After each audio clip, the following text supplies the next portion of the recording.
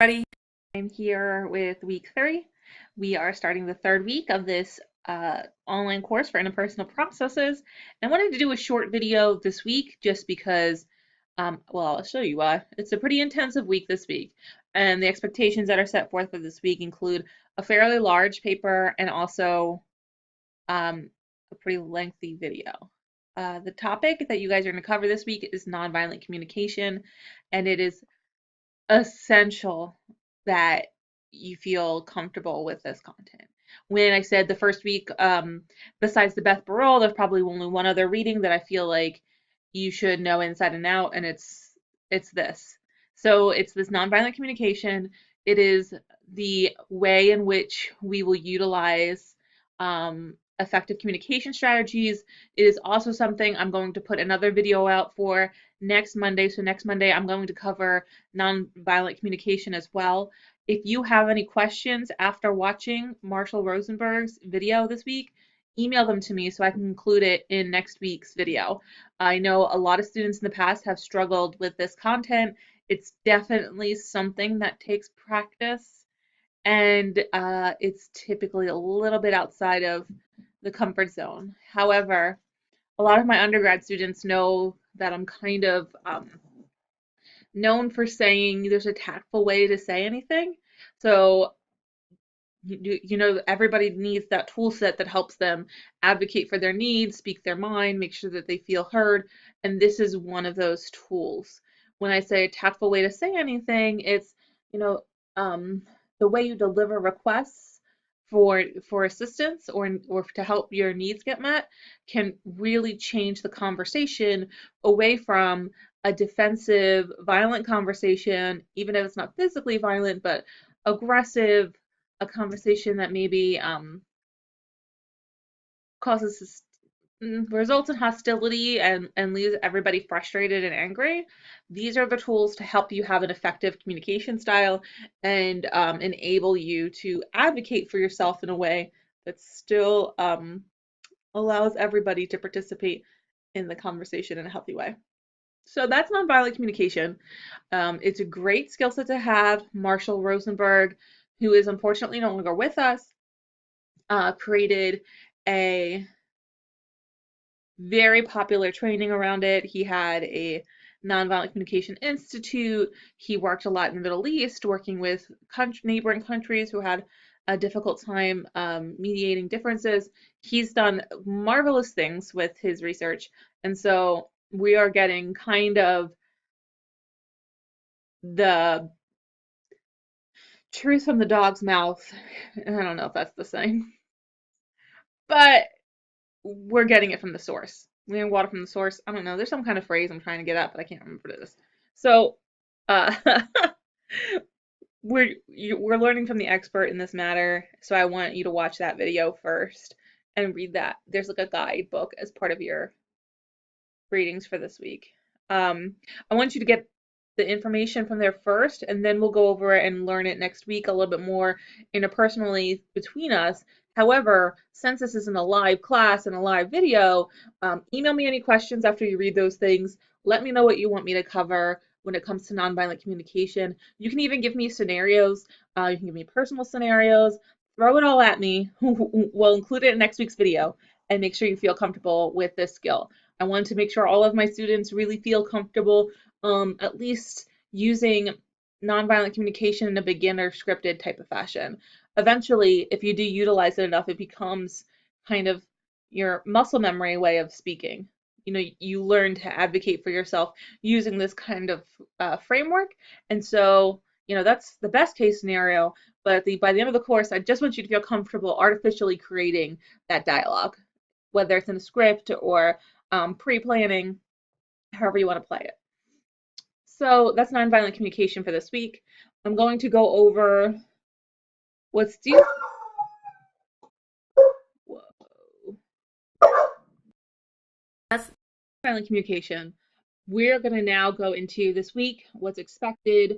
Make sure you feel comfortable with how things have progressed so far.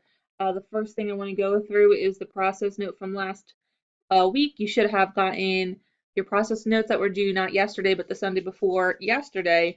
and hopefully I'll keep on track so you'll be getting each um, paper before that next video. If that makes sense. So the emotional intelligence paper, I hope to get back to you next weekend, and it continues like that through the course.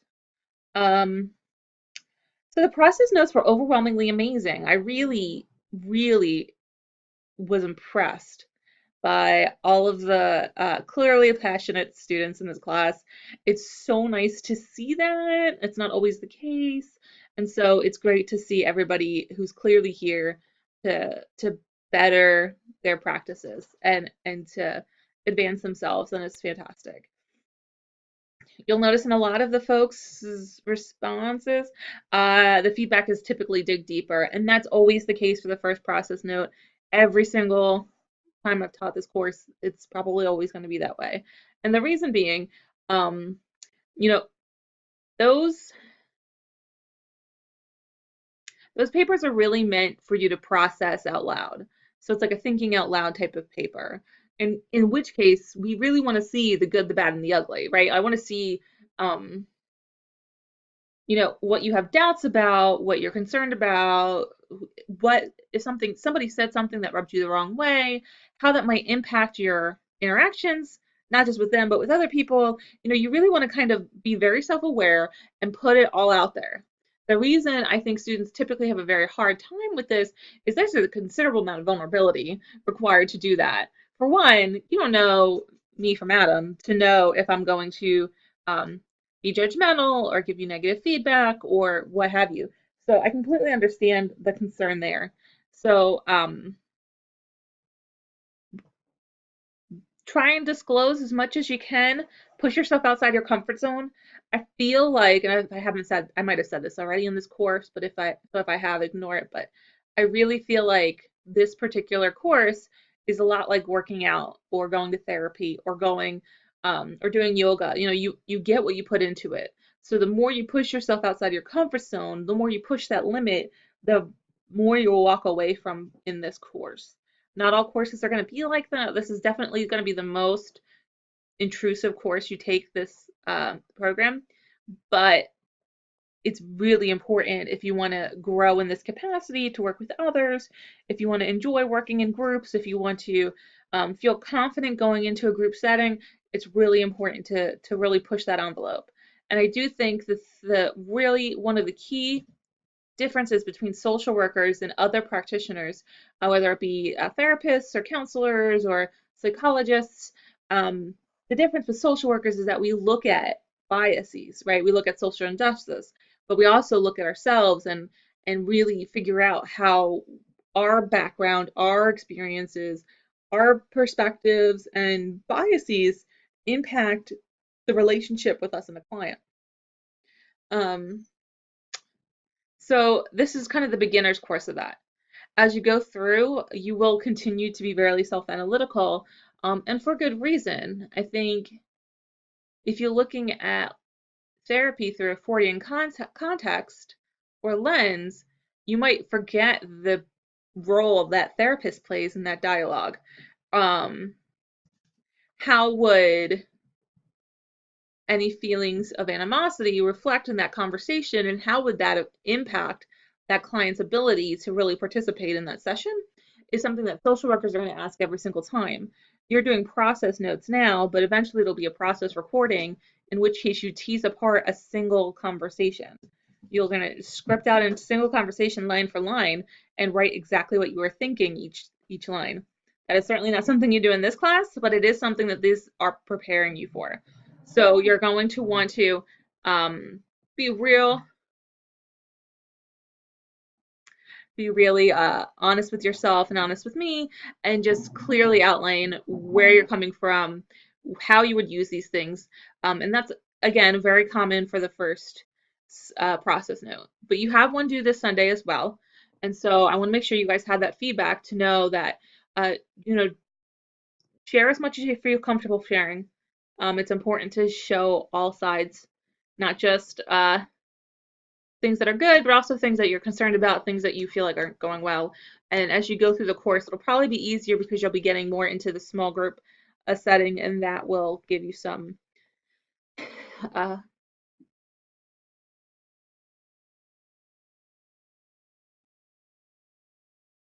issues to talk about. I can't think of the right word. It's been a very long Monday.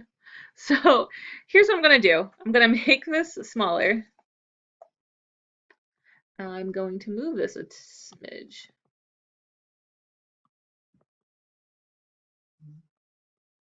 Yeah, sure, that's fine.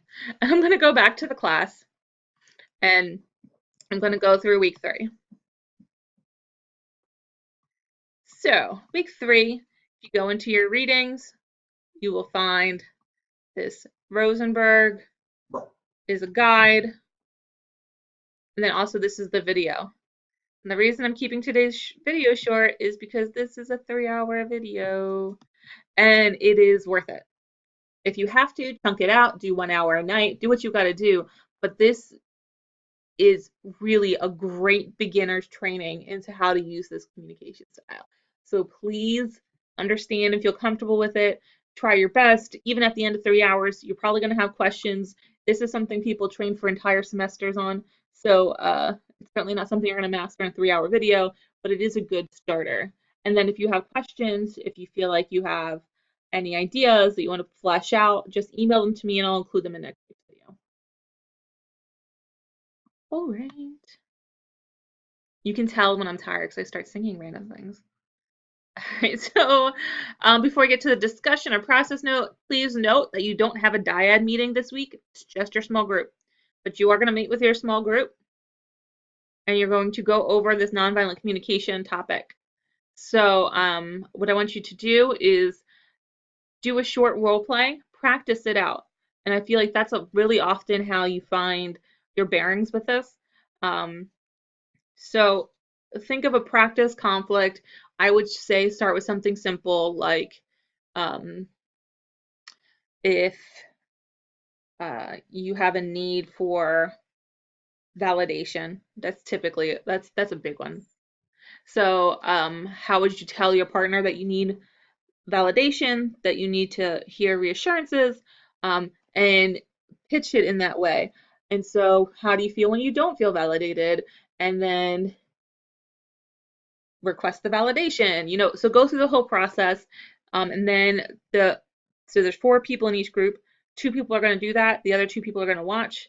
They might give feedback and then switch. Have the 2 people who haven't done a role play do a role play. The other 2 people watch, and then you guys discuss how you went. So yes, that is the small group meeting. We tried to make sure that there's no dyad meeting this week because there's a lot to do between the 3-hour video and then this guy. You have a process note due Sunday, which is great. Everyone's process note was so entertaining, and I loved hearing all of your voices. Some of you are really clearly very good creative writers, which is awesome. Um, so it's exciting for me. However, these are very long for you. So your first dia content is going to be actually a double spaced page. And you're going to want to do the same thing, right? Get into it, talk about how your interaction impacted you. What was your partner's responses? Did you see any nonverbal red flags or verbal red flags? Or did you feel like maybe you put out a red flag? There have certainly been times where I've walked away from a conversation and thought like, oh my goodness, that definitely did not get interpreted the way I wanted it to be interpreted. And so did you have any situations like that? Go through all of it. My dog's coming. Hi. So then you're going to have a large group process. That's only going to be a double space page. It's going to be about the discussion post, which we're about to go over. But the bulk of your content is going to be 3 and 4. So you're going to have your small group meeting. Well, that went away.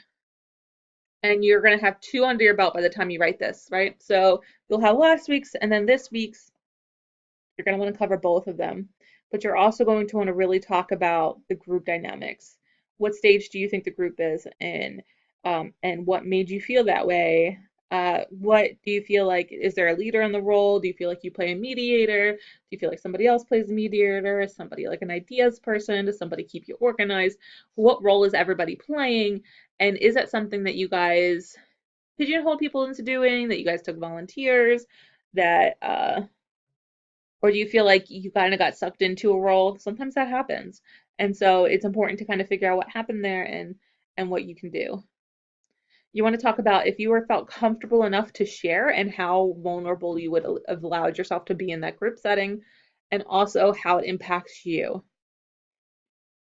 And then eventually you're going to want to talk about the different people in your group, how they work with each other, if there's any kind of concerns you have about any of your group members or about yourself, or if you feel like an outlier, why do you think that might be? Kind of delve into all of the different dynamic issues. And then eventually you're going to want to talk about, if you could fix this group fix.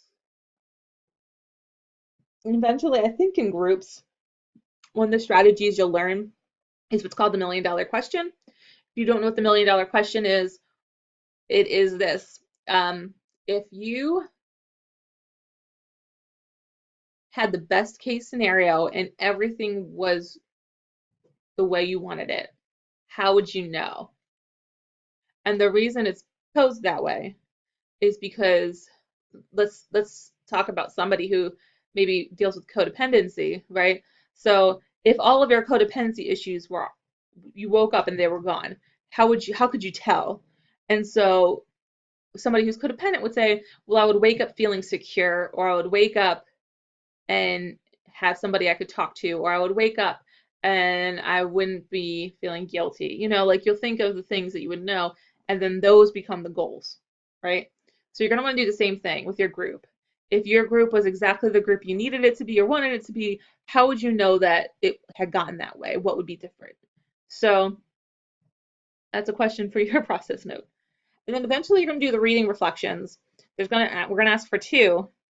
So you're going to have to do weeks 2 reading and weeks 3 reading. So you're doing the Morrison reading from week 2, which is the emotional intelligence, and then the Rosenberg reading from this week, which is the nonviolent communication. You should do 2 separate annotated bibliographies and 2 separate sections, the 1, 2, and 3, summarize, reflect what it means to you personally, and reflect what it means to practice. If you're not currently in a social work practice, feel free to give a scenario, be as specific as possible as far as how it would be helpful or utilized in social work field. Okay, so that's your process note. Then eventually you're going to get to this discussion post. This discussion post is going to be around the nonviolent communication. As you can tell, this course really drives this topic home because it's super important. You're not going to see this gradebook stuff, but you will see the prompt and what they want you to cover. You want to make sure that you talk about nonviolent communication in a way that relates to your specific life. So I've had students actually try it out with their partners or their children and bring that conversation to their discussion post, which I thought was amazing. And so I definitely think it's helpful to have some experience to lend to it. So if you want to just try it out, even if it's just to yourself, knowing a situation you dealt with. So let's say you got into not a fight, but you got into a dialogue. Do you know what I mean though? Like it's not a friendly dialogue, and there's a lot of tension there. So it might not come off like conflict right away, but there's definitely some feelings. So think of a situation like that and talk about how you might communicate your needs or try and resolve that conflict using this strategy. And so think about how that would work in practice. What barriers would be there? Would you feel like you'd be uncomfortable? Are you afraid of how you'd be received? And then what would you do to overcome them? Harper. So, sorry.